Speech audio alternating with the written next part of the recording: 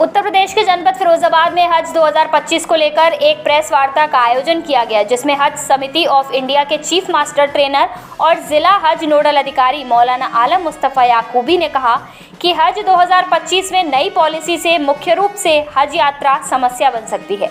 सरकार ने यह निर्णय नई पॉलिसी को लेकर हज समिति ऑफ इंडिया के साथ तमाम प्रदेशों की और केंद्र शासित प्रदेशों की हज समितियों के साथ 20 अगस्त को एक बैठक का आयोजन मुंबई हज हाउस में किया गया, जिसमें तमाम प्रदेशों की हज समिति के जिम्मेदार शामिल हुए, जिसमें खास तौर पर मुख्य बिंदुओं पर चर्चा हुई कि रियाल की पुरानी व्यवस्था ही रखी जाए, जिसमें प्रत्येक हज यात्री को 2100 रियाल केंद्रीय हज कमेटी बैंक द्वारा प्रदान करती थी। हर राज्य के हज यात्रियों को मक्का और मदीना में राज्यवार बिल्डिंग की सुविधा दी जाए और एक ज़िले से जाने वाले हज यात्रियों को भी एक बिल्डिंग दी जाए। हज कमेटी का कोटा वापस 5% किया जाए। नई पॉलिसी में हज कमेटी का कोटा 75 से घटाकर 70 कर दिया गया है और प्राइवेट टूर ऑपरेटर का 25 से बढ़कर 30 कर दिया गया है। हज यात्रियों की फिटनेस ट्रेनिंग कराई जाए। महिला हज यात्री को स्कार्फ और पुरुष यात्री को बेल्ट दी जाए। हज यात्रियों का हवाई जहाज़ का किराया सामान्य किया जाए। सब जगह से अभी कुछ राज्यों का किराया बहुत ज़्यादा है। बिजनेस क्लास के लिए 20 दिन का हज पैकेज केंद्रीय समिति द्वारा जारी किया जाए। इन प्रस्तावों को केंद्रीय हज समिति द्वारा केंद्रीय अल्पसंख्यक कल्याण मंत्रालय को भेजा जाएगा। केंद्रीय हज समिति ने यह आश्वासन दिया, तमाम प्रदेश की हज समितियों के जिम्मेदारों को के निम्न प्रस्तावों को जल्द से जल्द अंतिम रूप दिया जाएगा।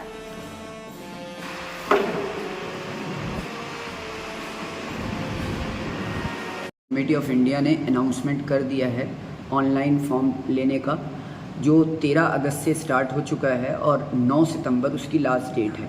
हज इस साल हज 2025 की जो नई पॉलिसी का अनाउंस हुआ है, उसमें हज कोटे को 5% कम करके टूर ऑपरेटर्स को दे दिया गया है। जो पहले 75% हज कमेटी ऑफ इंडिया को मिलता था और 25% प्राइवेट टूर को मिलता था, वो अब 30% प्राइवेट टूर ऑपरेटर्स को और 70% हज कमेटी ऑफ इंडिया को मिलेगा। दूसरी बात हज पॉलिसी में ये की गई है कि जो एज थी हमारी रिज़र्व कैटेगरी की, वो 70 साल थी, उसको घटाकर 65 साल कर दिया गया है और उसके साथ कंपेनियन जाने वालों की जो एज होगी वो 18 से 60 साल की होगी। 60 साल से अगर ऊपर होगा तो फिर वो रिज़र्व कैटेगरी में नहीं जा सकता है। फ़िलहाल अभी इसमें मॉडिफिकेशन किया जा रहा है, क्योंकि ऑनलाइन जो फॉर्म भरे जा रहे हैं उसमें अभी यही है, लेकिन अगर कोई रिज़र्व कैटेगरी नहीं लेता है और उसकी उम्र ज़्यादा है तो वो फिर सफ़र कर सकता है। ये 1-2 दिन में इसमें मॉडिफिकेशन हो जाएगा। तीसरी बात, हज 2025 की कैटेगरी ये भी अनाउंस किया गया है कि इस साल हज यात्रियों को ख़ास तौर से हज सुविधा ऐप के ज़रिए भी फॉर्म भरने की एक नई पहल की है हज कमेटी ऑफ इंडिया ने। और पिछले सालों को देखते हुए इस साल ये भी तय हुआ है कि जो बिल्डिंग्स जिसमें पैनल वाली लिफ्ट होती हैं उन बिल्डिंगों को नहीं लिया जाएगा, ताकि किसी भी हज यात्री को कोई हादसा ना हो। लास्ट ईयर एक हादसा हो गया था, जिसकी वजह से इस साल ये फैसला लिया गया है। तीसरी बात, हज कमेटी ऑफ इंडिया के इस गाइडलाइन को सामने रखते हुए ये भी है कि बग़ैर महरम औरतें स्पेसिफ़िक बिल्डिंग दी जाए और उनको स्पेसिफ़िक बस से सफ़र कराया जाए। ये भी इस साल तय हुआ है और इस पर अमल होगा। कुर्बानी के जो ऑप्शंस पहले थे वो ऑप्शन अभी भी रहेंगे। कुर्बानी अगर कोई कूपन के ज़रिए, बैंक के ज़रिए कराना चाहता है तो वो ऑप्शन मौजूद है, और अगर वो ख़ुद करना चाहता है तो वो भी ऑप्शन मौजूद है। हज कमेटी ऑफ इंडिया के एक 20 तारीख को एक अहम मीटिंग भी हुई थी, जिसमें तमाम प्रदेश की हज कमेटियों के ज़िम्मेदारान शामिल हुए थे। इस हज कमेटी ऑफ इंडिया में यानी मुंबई हज हाउस में ये मीटिंग हुई थी। उसमें सारी हज कमेटियों की तरफ से कुछ प्रस्ताव आए हैं जो हज 2025 की पॉलिसी को लेकर इसके अंदर अमेंडमेंट करने को हैं। इसमें ख़ास तौर से ये कहा गया है कि ज़मज़म जो 5 लीटर दिया जाता था वो हज यात्री को 10 लीटर दिया जाए। दूसरे ये भी कहा गया है कि जो 20 दिन का एक बिज़नेस क्लास एक पैकेज बनाया जाए हज कमेटी ऑफ इंडिया की तरफ से, जिसमें NRIs और ख़ास तौर से स्टूडेंट्स लोग जो और नौकरी पेशा जॉब वाले लोग जो हज में नहीं जा पाते हैं लंबी छुट्टी की वजह से, उनको ये सुविधा मिल सके। इसलिए ये भी एक प्रस्ताव लाया गया है। औरतों को स्कार्फ और मर्दों को बेल्ट की तकसीम की जाए हज कमेटी ऑफ इंडिया की तरफ से। रियाल को लेकर भी एक बहुत अहम डिसीज़न इस साल होने वाला है कि 2100 रियाल जो केंद्रीय हज कमेटी बैंक के थ्रू देती थी उसी को ही दोबारा शुरू किया जाए। पिछले 2-3 सालों से ये बंद है, जिसकी वजह से बहुत ज़्यादा हज यात्रियों को परेशानी हो रही है। तो हज कमेटी ऑफ इंडिया ने ये भी प्रस्ताव रखा है कि आने वाले इस साल के हज में ये प्रस्ताव भेजा जाएगा केंद्र अल्पसंख्यक कल्याण मंत्रालय को, जहाँ से अप्रूव होकर फिर ये लागू हो जाएगा। और एक प्रस्ताव ये भी भेजा गया है कि जो यात्री ख़ास तौर से फ़िज़िकल फ़िटनेस नहीं होते हैं तो उनके लिए फ़िज़िकल फ़िटनेस ट्रेनिंग कराई जाए। और ये एक अच्छा प्रस्ताव है और ये भी उस मीटिंग में रखा गया है और ये केंद्रीय अल्पसंख्यक कल्याण मंत्रालय को भेजा जाएगा।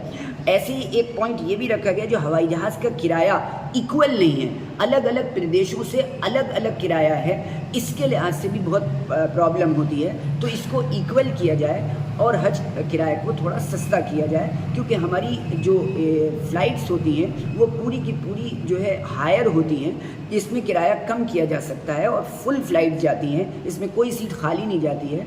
तो मुझे लगता है कि इसमें किराया कम हो सकता है। ये भी प्रस्ताव वहाँ मीटिंग में रखा गया है और इसको केंद्रीय हज कमेटी ने भेजने का तैयारी कर ली है और जल्दी ही इस पर कोई निर्णय आ जाएगा जो हज 2025 के लिए। एक और अहम बात आपको बता दूं कि यहाँ पर ख़ास तौर से एक बहुत बड़ी मिसकॉन्सेप्शन प्रिंट मीडिया के ज़रिए आया है और वो ये कि इस साल सऊदी गवर्नमेंट ने एक बिल्डिंग में महरम जो शौहर और बीवी जा रहे हैं हज के लिए और उनको अलग अलग रखा जाएगा, इस तरह की ऐसी खबरें आ रही हैं।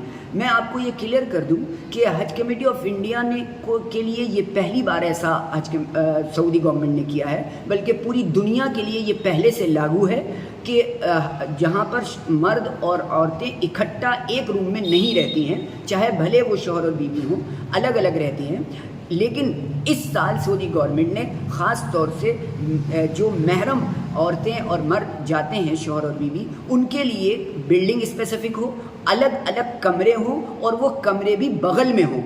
अगर शौहर का कमरा एक तरफ है तो दूसरी बगल में उनकी औरतों का कमरा हो, ताकि ये आसानी हो सके और एक आराम से बेफिक्र होकर महिलाएं भी औरतें भी अपना वक्त गुजार सकें और मर्द भी। इकट्ठा होने की वजह से उसमें नामहरम होते हैं और पर्दे का प्रॉब्लम होती है। इसको सामने रखकर ये सऊदी गवर्नमेंट ने फैसला लिया है, इसलिए इससे भ्रमित होने की कोई ज़रूरत नहीं है। ये सारी दुनिया के लिए पहले से लागू है इस बार। और एक चीज़ और इस साल सऊदी गवर्नमेंट ने की है कि वो मक्का में किचन फैसिलिटीज़ को नहीं देंगे। ये मदीना में पहले से लागू था और पूरी दुनिया के लिए पहले से लागू है, मक्के में भी लागू है, लेकिन इंडिया हाजियों के लिए ये इजाज़त थी कि वो एक फ्लोर पर एक किचन में अपना खाना पका सकते थे, लेकिन इस साल उसको भी ख़त्म किया जा रहा है। आग के लग जाने के मद्देनज़र, ये सिक्योरिटी और सुरक्षा के मद्देनज़र ये फैसला लिया गया है। हज यात्रियों को बिल्कुल भ्रमित होने की ज़रूरत नहीं है, ये आसानी होंगी आने वाले वक्त में बहुत सारी। और 13 तारीख से हज फॉर्म भरना शुरू हो गए हैं। 9 सितंबर तक हमारा फैसिलिटी सेंटर बनाया है यूपी गवर्नमेंट ने, इस्लामिक सेंटर में। और औरतों को जो पॉलिसी में शामिल किया गया है वो ये है कि एक ग्रुप में 5 लोग जा सकते हैं। पहले ये 4 जाते थे, अब ये 5 जाएंगे और इसमें 2 बच्चे भी जा सकते हैं। ये ग्रुप बड़ा किया गया है क्योंकि अजीज़िया के जो होटल्स हैं वो बड़े हैं, उनके रूम्स बड़े हैं, तो उसमें आसानी से रहा जा सकता है, इसलिए इस ग्रुप को बढ़ाया गया है। और 5 जो ब्लड रिलेशन लोग हैं वो एक ही ग्रुप में सफ़र कर सकते हैं, उनके साथ 2 बच्चे भी जा सकते हैं। बाकायदा एक सर्वे होता है और उस सर्वे में ये देखा जाता है कि लास्ट ईयर क्या क्या प्रॉब्लम आई हैं। सऊदी गवर्नमेंट भी इस पर काम करती है और हज कमेटी ऑफ इंडिया भी करती है और हमारी सेंट्रल गवर्नमेंट के ख़ास तौर से अल्पसंख्यक कल्याण मंत्रालय भी इस पर काम करता है। और ये सारी चीज़ें सामने रखकर जो चीज़ें, जैसे पिछले साल लिफ्ट को लेकर प्रॉब्लम आई, अब ऐसी बिल्डिंग नहीं ली जाएगी जिसमें लिफ्ट की प्रॉब्लम हो। तो ऐसे बहुत से निर्णय लिए जाएंगे, जल्दी आपके सामने रखे जाएंगे कि वो निर्णय क्या है और आने वाला हज कैसे और आसान हो सकता है। Himanshu Gaurav, additional SP CO city Firozabad की ओर से समस्त देशवासियों को जन्माष्टमी पर्व की हार्दिक शुभकामनाएं। अवर अभियंता नगर निगम जलकल विभाग के गोविंद कुमार की ओर से समस्त देशवासियों एवं ग्रामवासियों को रक्षाबंधन व जन्माष्टमी की हार्दिक शुभकामनाएं।